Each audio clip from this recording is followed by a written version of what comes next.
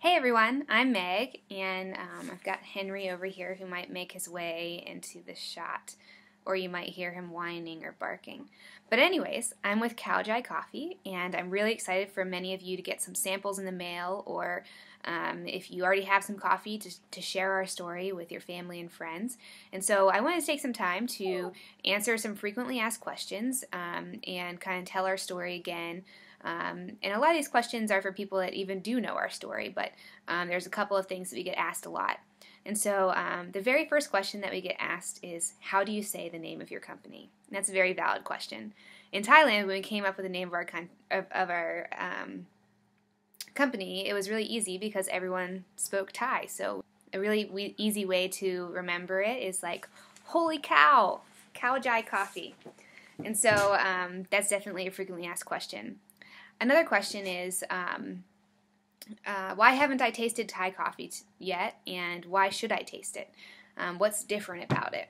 And so a little bit of background about Thai coffee. In the 1970s, the king of Thailand went to the Hill tribe people in the north of Thailand and said, I don't want you to grow opium anymore. The Golden Triangle is known for growing opium and being part of that drug trade. And so he gave them the coffee plant because the climate that it took to grow opium was perfect for growing coffee, among other commodities.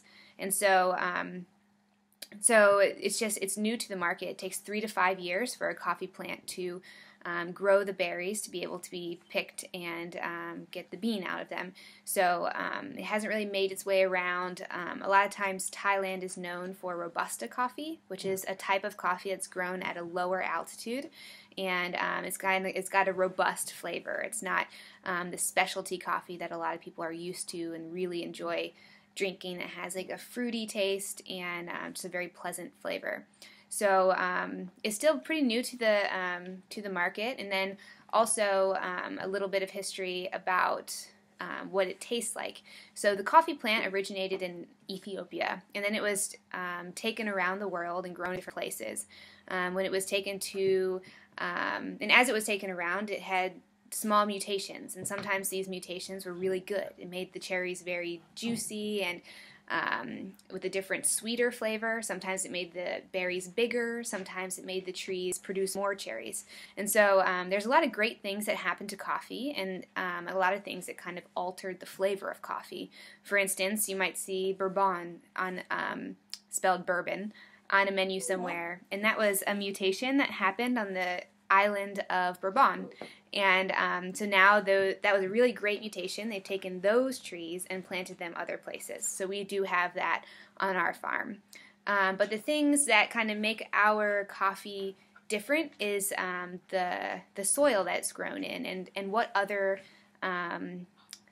plants are planted around it to keep that soil rich in nutrients. So we have guava and we have macadamia nut trees that are very big and provide shade for our coffee trees. And so there's a difference in the climate. There's a difference in we have a very tropical climate, which is where almost all coffees are grown. And so there's a very rainy season, giving it enough water, and then there's the dry season that allows it. When you see those pictures of all the beans out in the sun drying, it's a very crucial stage in coffee. And so that's how ours is different. It's just the region of the world it's grown, plants that are also on the farm, and that kind of stuff. So our coffee is a little bit spicy. We've had a couple people say it's got a little spice of sometimes a peppery note to it, and then also citrusy and with a chocolate follow through. And that's we can definitely taste the citrus and the chocolate. I haven't been able to taste the spice yet, but we'd love to know if anyone can. And so that's a really commonly asked question. Why should I try it? Never heard of Thai coffee before, and that's kind of the background. So another question that we got asked a lot is, why did you start this company, and how did you fall into this? Well, one time we were planning our lessons at a coffee shop, and I'm sure you've all heard this story, and we had been there a couple of times. We got to know the waiter, and we saw that they sourced their beans from a local mountain. And so at this point we were just interested, like, we've never seen a coffee farm, let's ask if we can go with them. So the owner happened to be sitting right there and connected us with his his sister, Dune, which a lot of you have probably seen on social media. And she took us up to the mountain, and we got to harvest coffee for about 4 hours alongside the other farmers, and we got to watch them wash the coffee and put it out in the sun to dry and then sort the coffee. And so something that we saw a lot and that we were told about by Dune is that to harvest coffee, it kind of feels like you're picking a grape off of its stem. And if you repeat that motion over and over and over again for long days, and then for every day for about 4 months, your hands and your joints and your fingers will start to ache. A lot of older people have unfortunately developed arthritis in their hands, but they keep picking and picking and picking to make the weight to get paid to make ends meet. So we decided to talk to the farmers and to talk to Dune and ask how much do they need? How much do they need to allow the older people to rest? And then also a lot of the younger kids were out there on the weekends and after school helping to harvest coffee. And how much can we pay to allow the younger kids to rest after school? And so we came up with a farmer satisfied price, and that's how much we pay for the coffee, which is almost 2 times fair trade. And fair trade is great, but sometimes it's just a little bit hard to know how much is needed. And so that's how we came up with the farmer satisfied price. A little bit of the background of how we came up with the name Kaljai Coffee to understand is that we were really intrigued of how we didn't know anything behind the background of something that's so readily available and something that we're so used to every single day. And coffee being the second most traded commodity in the world behind oil, it's so crazy to us that we had no idea anyone along the process of getting it to America. So we wanted to not only share that with you and allow you into the hearts of the farmer and all of the people along the way and the whole process, but we also want in our dream world to awaken a movement to understand the process behind everything. This is something that we drink every single morning, but what about everything else during the day? What's the story behind that? And we want you to be excited and look into, like, where do I get these things from? And are these people being paid a fair amount?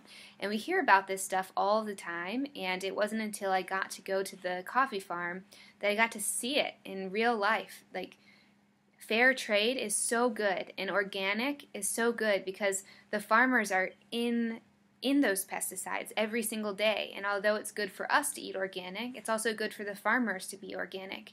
And so there's so many things and so many just like processes that we don't know about. And so NPR actually did a really great one on the t-shirt, and they followed the t-shirt from the cotton fields to Bangladesh, where they were taking the cotton and making it into threads and sewing the t-shirts, to the people that were selling them, to the retailers that were eventually buying them, and everything from the very beginning, from the crop to wearing it on someone's back. And so we really just want everyone to think about these things, and not only with people and food, but not only with food, but also with people. And there's certain times where we're just so quick to react. But what's the background? What's that person's story? And why are they reacting a certain way? There's a reason for everything. And if we can stop and pause and think, what's the story? Then I think that everything would start to work. Everyone would just love each other more. We would appreciate each other's stories and the stories behind what we do every day, and we'd appreciate and have so much more love for the different things that we interact with. And so that's kind of the story of Kaljai Coffee, and I appreciate you taking the time to listen to me ramble about all of this. But we're so excited, and we have such a deep love and appreciation for the farmers that we work with in Thailand, and we want nothing more than to give their work value and to show them that people in America, this place that they just dream about, love what they're doing and appreciate all of their hard work. And they have already been able to see some of the pictures that people have taken and some of the things that people have written on social media. And I can't even tell you, it has made all the difference in the world. So to continue to give them that and continue to upload photos and show where you are, and I think that would be something that's really cool for us to share with them. And then one day when we're able to go back there, we hope to have them share with you a little bit more about themselves and what it means to be a coffee farmer and what it means to have supporters like you helping them have sustainable lives. And so we're so excited and we're so happy to have you on board and to have you be part of our story. And we can't thank you enough for all of your support so far. And we're excited for your support in the future and to really make this something awesome. I'm going to go play with Henry, but have a great day and a great night, and we love you all, and we'll talk to you soon. Bye. Hi, Henry.